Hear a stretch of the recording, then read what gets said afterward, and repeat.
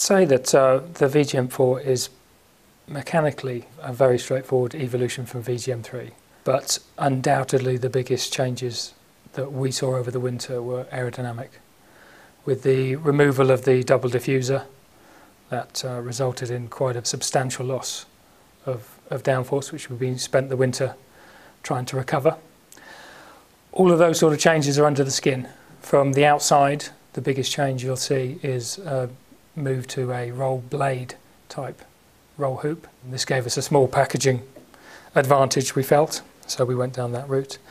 The Kurz packaging was relatively straightforward. We've incorporated the Mercedes system, which we believe is very strong.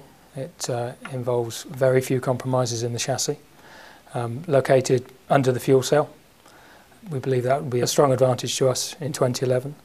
The resultant removal of F ducts means that the engine cover design has changed to suit that, but in its place we've got this drag reduction system, which from the outside you can't really see. You'll only see it when it's moving on the track. So those are the main changes. Mechanically, like I said, underneath it is an evolution. We've taken what we learnt last year, tried to move it up another step and integrated that into VJM04. So nothing radical yet. We recognise obviously a big change with the Pirelli tyres coming in 2011. With that in mind, we've brought in some expertise and knowledge to help us understand the Pirelli tyres. We're taking data from the first few winter tests, and then we'll look at any changes that need to be made to the chassis in due course. We've left ourselves some options, so we haven't penned ourselves in with respect to that. We just want to understand the tyres more fully before making any major changes. I'm really excited about our driver lineup. I think it's got to be one of the strongest driver lineups outside of the top teams.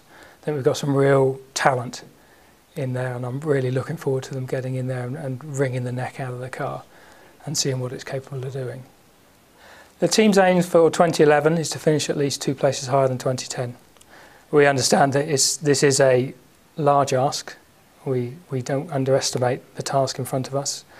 The competition in the middle of the field is extremely fierce, and we think that's going to become even tighter in 2011 with the introduction of the new aerodynamic regulations and the tyres.